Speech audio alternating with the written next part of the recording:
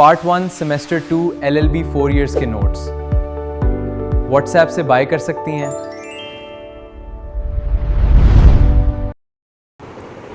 Defences to a criminal charge, इसका introduction देखते हैं, बट उससे पहले हम इसका एक क्वेश्चन है जो 2023 पंजाब यूनिवर्सिटी में आया है। Describe various defences which are available as general exceptions in the Pakistan penal code. यहाँ पे आपसे ये पूछ रहे हैं कि डिफेंसेस जो कि क्रिमिनल चार्जेस के ऊपर लगाए जाते हैं। पहले तो हम क्रिमिनल चार्जेस थोड़ी देर तक समझते हैं, बट यहाँ पे बता रहे हैं कि क्रिमिनल चार्जेस किसी पर्सन पर अगर लग जाएं तो वो अपने आप को बचाने के लिए यानी कि डिफेंड करने के लिए क्या चीज़ इस्तेमाल कर सकता है। यानी कि पाकिस्तान पीनल कोड में डिफेंसेस कौन से मौजूद हैं उस बंदे के लिए जिसके ऊपर क्रिमिनल चार्जेस लगे हों, इसके ऊपर सवाल है। सबसे पहले अब हम क्रिमिनल चार्ज का मतलब समझते हैं। क्रिमिनल चार्ज का मतलब है, क्रिमिनल का मतलब है कि एक बंदे ने कोई गलत काम किया हो, जैसे कि थेफ्ट या कोई भी क्राइम, ठीक है। चार्ज का मतलब है कि उसको उस क्राइम का जिम्मेदार बनाया हो, यानी कि उस बंदे ने क्राइम किया है तो उस पर सारे इल्ज़ामात लगे हों कि ये बंदा मुजरिम है, ठीक है। अब जिस पे क्रिमिनल चार्जेस लग जाएंगे, ये बंदा मुजरिम है, इसने क्राइम किया है, वो अपने आप को बचा कैसे सकता है, ये सारा अब हम इसमें समझेंगे। तो इंट्रोडक्शन में लिखा है sometimes an act looks like crime but it legally justifies. जैसे कि कुछ एक्ट्स लगते तो क्राइम है लेकिन लॉ की नज़र में आप खुद को उसमें से बचा सकते हो। इसकी कुछ बेस्ट एग्जाम्पल मैं ये दे सकती हूँ कि अगर कोई डकैत या चोर आपके घर में घुसने की कोशिश कर रहे हैं और आप अपनी फैमिली, बेटा बेटी को बचाने की कोशिश में डकैतों की तरफ यानी कि रॉबर्स और जो चोर हैं उनकी तरफ फायरिंग स्टार्ट कर दी गन से, लेकिन आपने कोशिश की थी कि किसी चोर को गोली ना लगे, आप बस उनको डराने के लिए फायरिंग स्टार्ट करो। अब आप जब डरा रहे थे उन चोरों को घर के अंदर से, तो वो गोली जो है किसी एक चोर को लग गई जो घर के अंदर घुस आया था। अब जिस चोर को लगी थी, आप कोर्ट में अगर ये कह देते हैं कि आपके हाथों से मर्डर जानबूझ के नहीं हुआ, आपने अनजाने में गोली उसको लगा दी क्योंकि आप फैमिली को बचाना चाह रहे थे, अपनी सेल्फ डिफेंस करना चाह रहे थे, अपने आप को और अपनी फैमिली को बचाना चाह रहे थे, इसीलिए आपने फायरिंग की और फिर उसी फायरिंग की वजह से इत्तफाकन वो गोली उस बंदे को लग गई जो चोर है और वो मर गया।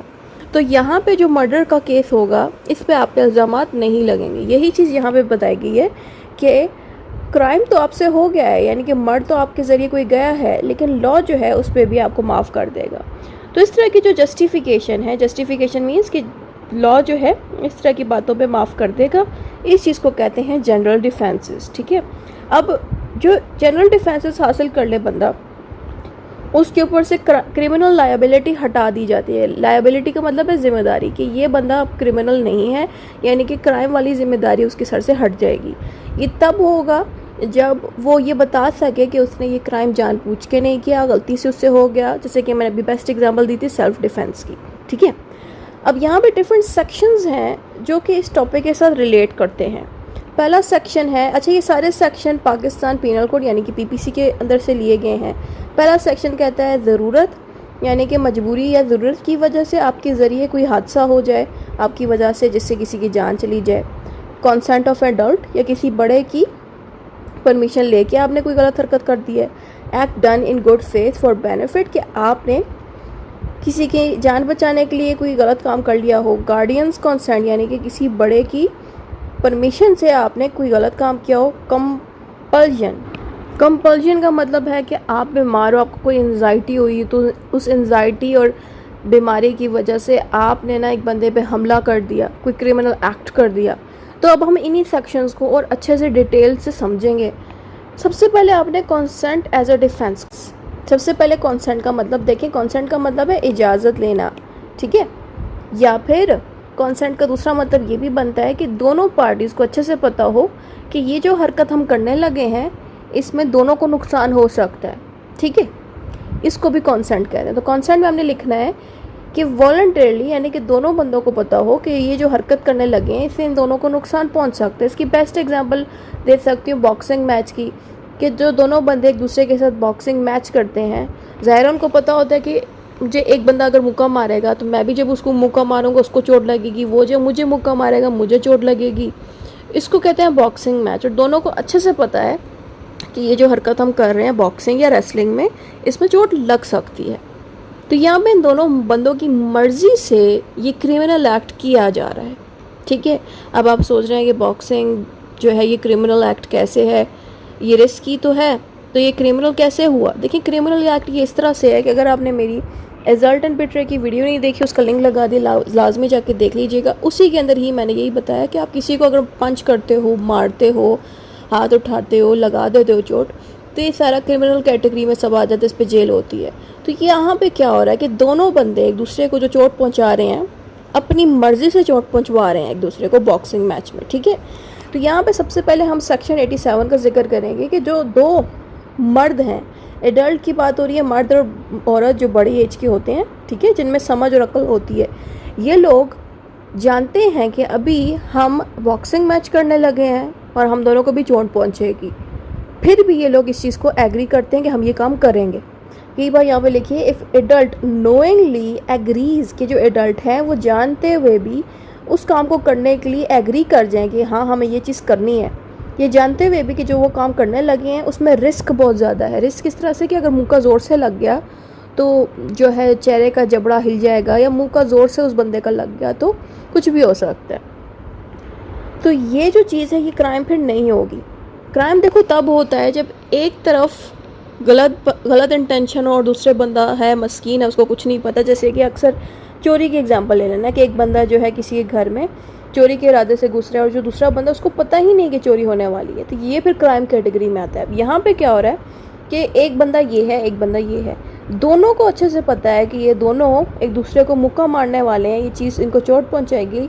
तो एक ने अगर इसको ज़ोर से मुक्का मार दिया तो ये बंदा इसको कोर्ट लेके जाके ये नहीं कह सकता कि इसने क्राइम किया। कैसे क्राइम किया है, आपने खुद जो है उस एग्रीमेंट पे साइन किया था कि ये बंदा मेरे साथ बॉक्सिंग मैच करे। अब ज़ाहिर है उसका मुक्का अगर ज़ोर से लग गया तो अब उसको क्राइम कैटेगरी के केस में नहीं फंसा सकते, क्योंकि यहाँ पे आपने खुद जो है रजामंदी दिखाई कि मुझे ये बॉक्सिंग मैच में इन्वॉल्व होना है, मुझे खुद इसके साथ बॉक्सिंग मैच करनी है। यहाँ पे आप एग्जांपल दे दें कि बॉक्सिंग मैच इंजरी की, अगर बॉक्सिंग मैच के दौरान कोई इंजरी हो जाए, कोई चोट लग जाए, तो आप क्राइम का केस उस बंदे पे नहीं कर सकते, क्योंकि आपने इसमें अपनी मर्ज़ी से उसको उसके साथ बॉक्सिंग मैच के अंदर अलाउ किया। फिर आता है section 88, good faith consent, acts done honestly for the persons benefit with consent और not offences even if harm cause. यहाँ पे एग्जांपल देख लें, medical treatment by a doctor. यहाँ भी ये कह रहे हैं कि अगर कोई ऐसा एक्शन हो जाए किसी पर्सन से, किसी की जान बचाने के लिए अगर आप कोई ऐसा हरकत कर रहे हैं जो क्राइम लग रहा है, बट आप उसके हिफाजत के लिए वो एक्शन कर रहे हैं, तो इसको क्राइम नहीं किया जाए। इसके बेस्ट एग्जांपल हम देख लेते हैं कि डॉक्टर कोई ऐसी मेडिकल ट्रीटमेंट कर रहा है जो क्राइम की कैटेगरी में आती है। जैसे कि किसी पर्सन को इस तरह से डॉक्टर जो है काट रहा है, चेक कर रहा है उसकी बॉडी को, तो लोग कहेंगे ये तो डॉक्टर क्राइम कर रहा है, बट हकीकत में वो डॉक्टर क्राइम नहीं कर रहा, बल्कि वो डॉक्टर कोशिश कर रहा है कि इस बंदे की जान बच सके। तो अगर इस तरह के कोई एक्शन हो जाए किसी पर्सन से तो वो भी क्राइम नहीं होते। यानी कि आप किसी इंसान की जान बचाने के लिए कोई एक्शन ले लो तो ये सारे कैटेगरी भी क्राइम में नहीं आता। इसके कोई और एग्जांपल भी दे सकते हैं कि एक पर्सन जो है इस तरह से सड़क पे चल रहा है और उसको साथ ही एक घर दिख रहा है जिसमें आग लगी हुई है और एक छोटी सी बच्ची खिड़की से दिख रही है।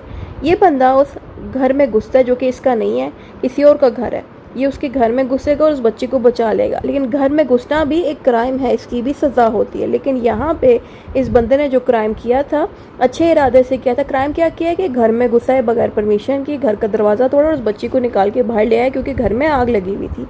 ये भी हम इसमें एग्जाम्पल दे सकते हैं। फिर आता है गार्डियंस कॉन्सेंट। ये आता है सेक्शन 89 में, guardian can consent for minors और mentally ill person if it is for their benefit, parents allowing medical treatment for child. Guardian में आते हैं वालिदैन या कोई भी वो पर्सन जो ख्याल रख रहे हो आपके। अगर आप बच्चे नहीं हैं, बड़े हो गए हैं और आप ज़हनी तौर पर ठीक नहीं हैं, तो आप तब भी गार्डियन के कंट्रोल में रहेंगे। बच्चों के लिए और मेंटली इल लोगों का हमेशा कोई ना कोई गार्डियन होता है, कोई मुहाफिज होता है जो इनके लिए डिसीजंस लेता है। तो अगर गार्डियन खुद अलाउ करे कि मेरे बच्चे को या फिर मेरे भाई बहन को जो ज़हनी तौर पर ठीक नहीं है, इनको डॉक्टर के थ्रू अगर ट्रीट कराना है तो वो अलाउ कराना है। क्योंकि होता है ना कि माइनर एंड मेंटली इल ये अपना ट्रीटमेंट नहीं करा रहे, लेकिन गार्डियन ज़बरदस्ती डॉक्टर को कह रहा है कि इनको आप इंजेक्शन लगाओ क्योंकि इनको ज़रूरत है इंजेक्शन की। तो ज़बरदस्ती बच्चों को या मेंटली इल लोगों को आप उनको ठीक कराने के लिए किसी डॉक्टर को अगर अलाउ करते हो तो आपकी इस तमाम एक्शंस को क्राइम नहीं माना जाएगा, क्योंकि आप किसी बच्चे को या अपने कंट्रोल में जो आपके ज़हनी तौर पे बीमार भाई बहन हैं या कोई भी पर्सन है, उनका ख्याल रखने के लिए आप डॉक्टर को कह रहे हो कि इनको इंजेक्शन लगाओ, तो यहाँ पे ये क्राइम नहीं माना जाएगा। अब आता है compulsion. A person forced to commit a crime under threat may be excused. इसका मतलब ये है कि एक बंदे ने क्राइम अगर कर दिया, लेकिन क्राइम करते हुए उसका अपना जिस्म उसके कंट्रोल में नहीं था। इसकी एग्जांपल देख लेते हैं। नॉट एप्लीकेबल टू मर्डर और offences against the state. Example force robbery under threat और डेथ। यहाँ पे ये बात बताया गया है।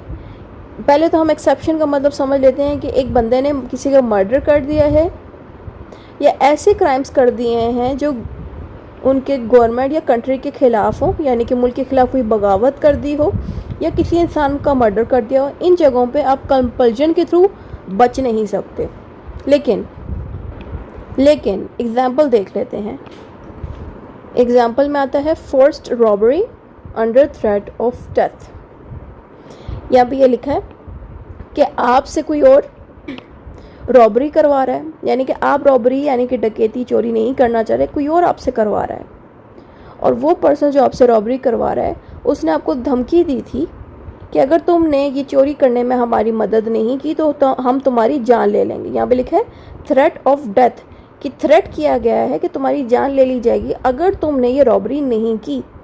तो वो बंदा अगर उसको कोर्ट या पुलिस वाले पकड़ लेते हैं, अगर वो बंदा कह देता है कि मुझसे ज़बरदस्ती चोरी करवाई गई क्योंकि इसने मुझे जान लेने की धमकी दी थी, अगर ये बात बोल देता है ये पर्सन, तो वो बच जाएगा। इस सिचुएशन को कहते हैं कंपल्जन, कि उसके कंट्रोल में नहीं था और उससे ये क्राइम हो गया।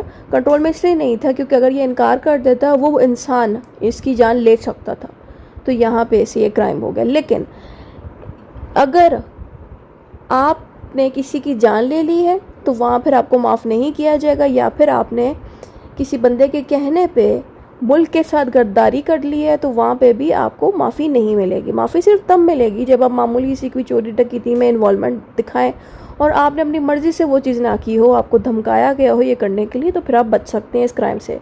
फिर आता है नेसेसिटी।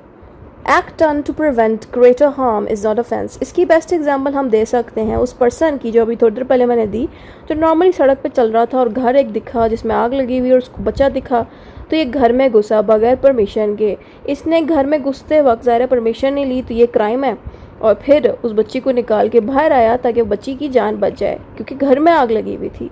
यही चीज़ सूट करती है इसके अंदर कि आपने कोई ऐसा एक्ट किया किसी बड़े हादसे को बचाने के लिए, तो फिर इस चीज़ को गलत नहीं माना जाएगा। इसके और भी एग्जांपल्स बनती हैं कि एक पर्सन जो है सड़क से चल रहा है और उसको एक घर में आग लगी दिखी है, और एक और घर है जो बिल्कुल इसके साथ है जिसके अंदर एक बड़ा सा स्विमिंग पूल है जिसमें पानी है।